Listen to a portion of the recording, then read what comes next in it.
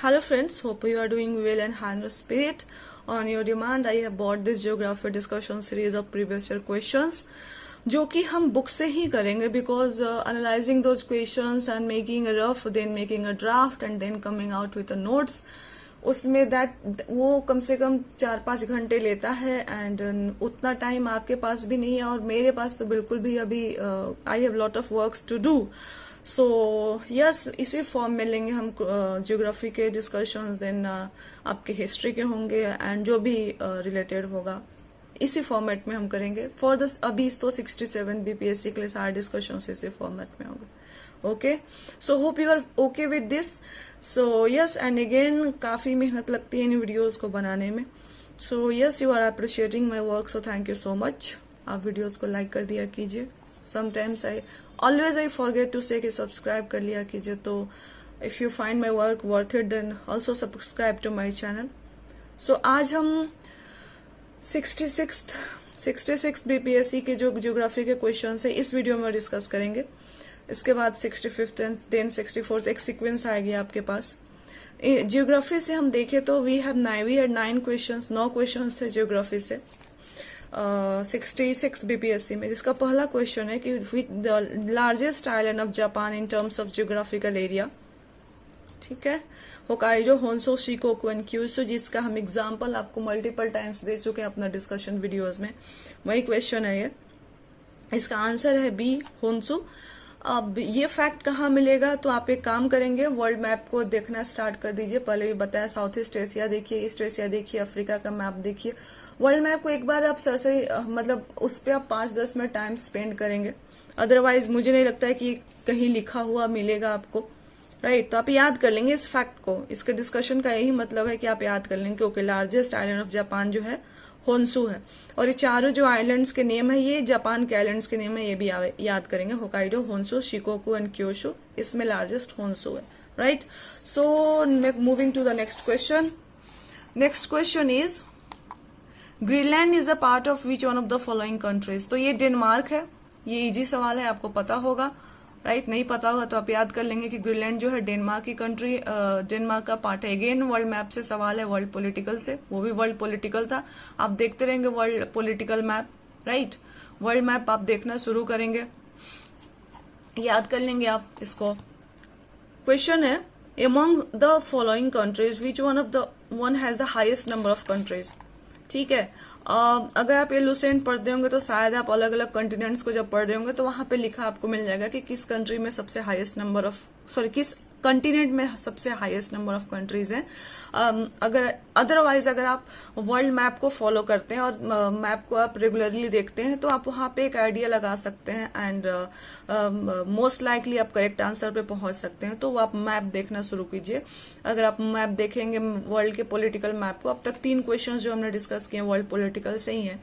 सो आप अगर देखते ऑब्जर्व करेंगे देन यू विल, अगर क्वेश्चन ये एग्जाम में आता है तो आपका माइंड खुद आपको अफ्रीका तक लेके जाएगा एंड अफ्रीका इसका आंसर है. आपको ये नंबर ऑफ कंट्रीज बिल्कुल नहीं याद करने. नो, ये इन्होंने अननेसेसरी एक्सप्लेनेशन दिया, दैट इज नॉट नीडेड. आपको इसको याद कर लेना है कि अफ्रीका में सबसे हाईएस्ट नंबर ऑफ कंट्रीज है. ओके फ्रेंड्स, अभी तो ये पहला डिस्कशन है. इसके बाद जो डिस्कशन आएगी उसमें एक ट्रेंड देखेंगे हम कि 2011 सेंसस से रिलेटेड हर साल एक सवाल आ रहा है. कभी तो 2 सवाल भी आया था किसी एग्जाम में, विल सी दैट. सो आप 2011 सेंसस को अच्छे से करके जाएंगे. क्वेश्चन है कि the state of India with the highest percentage of tribal population to its total population. कौन सा स्टेट है इंडिया का जिसके टोटल पॉपुलेशन में सबसे ज्यादा हाईएस्ट परसेंटेज जो है वो ट्राइबल पॉपुलेशन है. So answer is Mizoram. आप इसको याद करके जाएंगे. मिजोरम में सबसे ज्यादा ट्राइबल पॉपुलेशन है. ठीक है, तो इस तरह से आप सेंसस तैयार कर लेंगे. देखेंगे हम सेंसस में क्या क्या देखना. ट्राइबल पॉपुलेशन देख लिया, किस स्टेट में एससी पॉपुलेशन है, किस सबसे ज्यादा जो माइनॉरिटीज है वो कौन सी है इंडिया में, फीमेल की लिटरेसी कितनी है, सेक्स रेशियो कितना है, कौन सा स्टेट है जिसकी सेक्स रेशियो सबसे ज्यादा है, सबसे ज्यादा फीमेल लिटरेट कहाँ है, और इन सब में बिहार का पोजीशन क्या है. ये इन सब को आप एक चार्ट वाइज प्रिपेयर कर लेंगे जो भी आप बुक फॉलो कर रहे होंगे वहां से. ठीक है, so moving to the next question. The next question is question number 35. Which one of the following coffee growing areas is not in Karnataka? पहले तो आप क्वेश्चन को ध्यान से पढ़ेंगे, नॉट है या नहीं, आप स्किप नहीं करेंगे। एंड किसी भी क्वेश्चन को आप स्किप नहीं करेंगे, चाहे वो आपको आता हो या नहीं आता, आप उसको पूरा पढ़ेंगे। क्यों? क्योंकि आपको शायद लगे क्वेश्चन पढ़ के डिफिकल्ट है, बट उसके ऑप्शंस हो सकते हैं कि आसान हो। For example, Baba Budan hills आपके कर्नाटका में, चिकमगलूर एक रीजन है कर्नाटका में, कूर्ग एक कर्नाटका में है।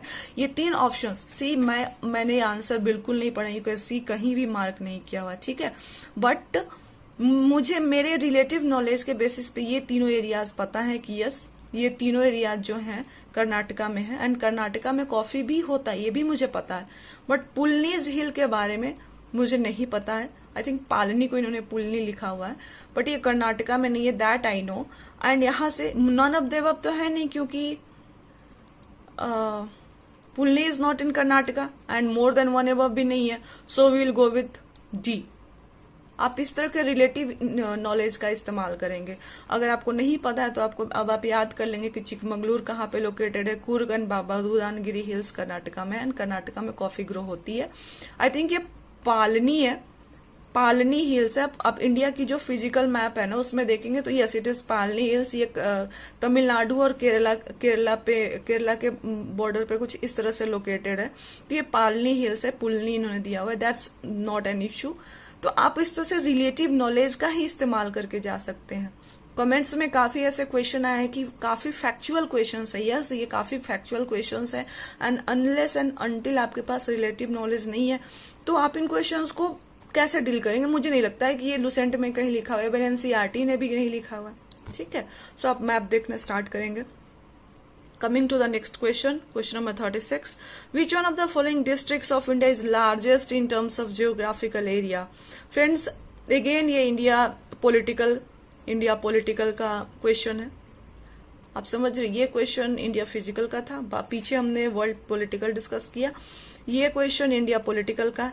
अब अगर आप मैप को ऑब्जर्व करते हैं, उससे थॉरो हैं, मैप्स पे आप 10 मिनट डेली के देते हैं, तो वहां पे आपके माइंड जो है आपको रिलेटिव नॉलेज के हिसाब से आपको सही आंसर तक ले जा सकता है। ले एंड कच्छ में आप डाउट हो सकता है, but ultimately you will reach to ले।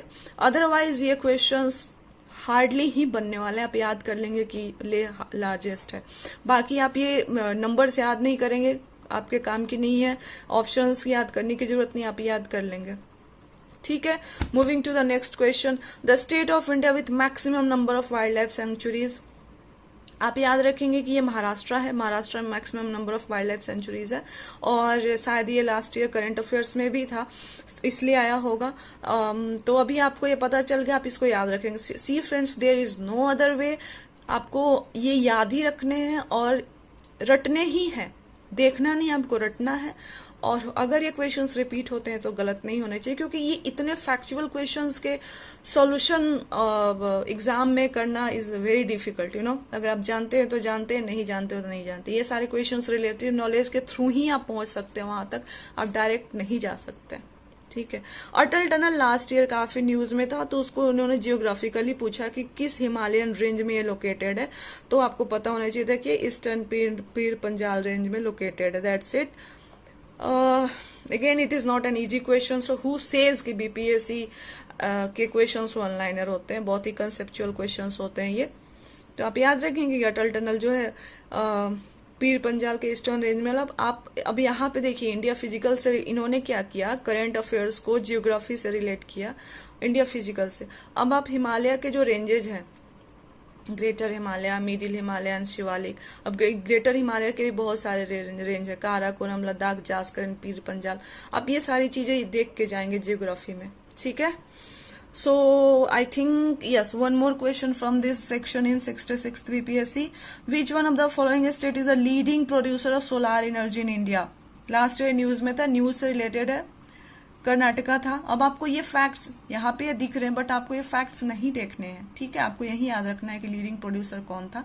अब यहाँ पे मैं एक और चीज डिस्कस कर दूं कि अब ये सोलार एनर्जी के बारे में पूछा, तो ये विंड एनर्जी के बारे में भी पूछ सकते हैं, राइट। जो विंड एनर्जी इंपॉर्टेंट हो जाती है, तो आप क्या करेंगे कि अभी का डाटा देख लेंगे एक बार। जैसे अभी मैं वीडियो डिस्कस कर रही हूँ, आप यहाँ तक अगर पहुंचते हैं डिस्कशन में, आप वीडियो पॉज करेंगे, अभी विंड एनर्जी सबसे ज्यादा प्रोड्यूस कहाँ होता है, और जो और भी रिन्यूएबल एनर्जी जो इंपॉर्टेंट है वो आप एक बार लिख लेंगे। इसको हार्डली करने में गूगल सर्च आपको 2 मिनट लगेगा, बट आपका एक अगर क्वेश्चन आता है तो आप डेफिनेटली क्लिक कर लेंगे। सो दीज वे आर द 9 क्वेश्चंस ऑफ 66 बीपीएससी।